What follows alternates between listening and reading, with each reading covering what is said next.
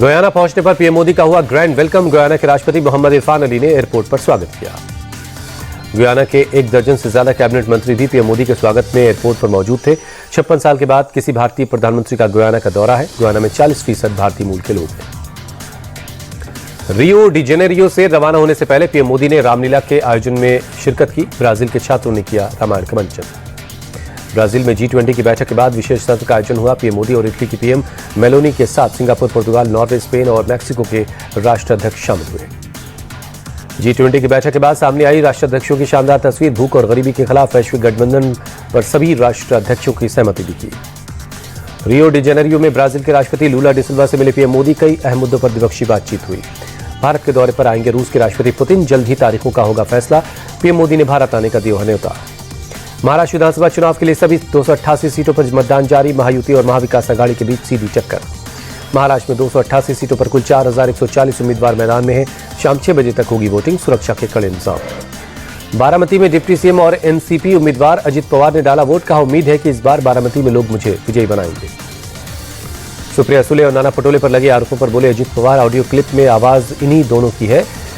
एक मेरी बहन है और दूसरा ये व्यक्ति है जिसके साथ मैंने बहुत काम किया।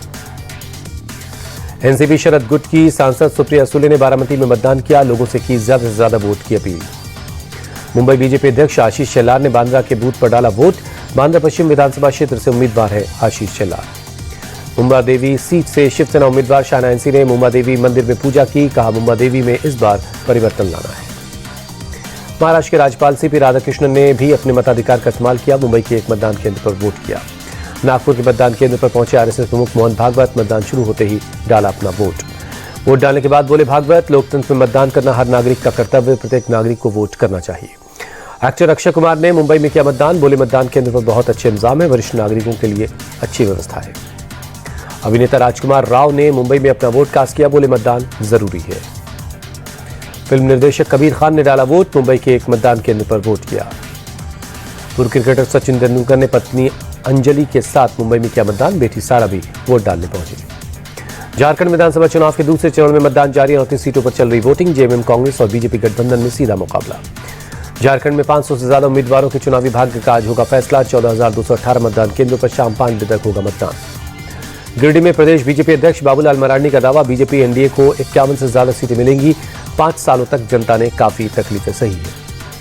4 राज्यों की 15 विधानसभा सीटों पर उपचुनाव है आज। यूपी की 9 विधानसभा सीटों पर भी वोटिंग हो रही है। यूपी के अंबेडकर नगर में कटहरी, मैनपुरी में करहल, मुजफ्फरनगर में मीरापुर में मतदान, गाजियाबाद, मिर्जापुर में मझगांवा, कानपुर नगर में सीसामऊ, अलीगढ़ में खैर, प्रयागराज में फूलपुर और मुरादाबाद में कुंदर की सीट पर वोटिंग जारी है।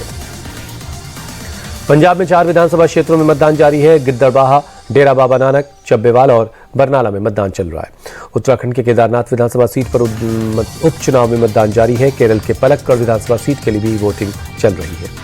महाराष्ट्र और झारखंड में 23 नवंबर को होगी वोटों की गिनती। राज्यों के उपचुनाव के नतीजे भी उसी दिन आएंगे।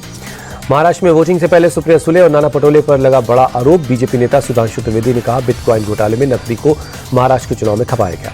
सुधांशु त्रिवेदी ने पूर्व आईपीएस अधिकारी रविंद्र पाटिल के हवाले से कहा, दोनों नेताओं ने 2018 के क्रिप्टो करेंसी धोखाधड़ी के मामले में बिटकॉइन की हेराफेरी की थी। सुधांशु त्रिवेदी ने आरोपों को आधार देने के लिए वॉइस नोट मीडिया में जारी किया। सुप्रिया सुले की आवाज होने का दावा किया। सुधांशु त्रिवेदी ने कांग्रेस को भी घेरा। कांग्रेस से पूछे 5 सवाल का रविंद्र पाटिल जांच का समर्थन करने के लिए तैयार। सुप्रिया सुले ने आरोप को बताया निराधार। का चुनाव से 1 रात पहले झूठी खबर फैलाने का यह मामला है। बीजेपी नेता सुधांशु त्रिवेदी के खिलाफ मानहानि का नोटिस जारी करेंगी सुप्रिया सुले। कहा, जनता को धोखा देने के इरादे से सरासर झूठे आरोप लगाए गए।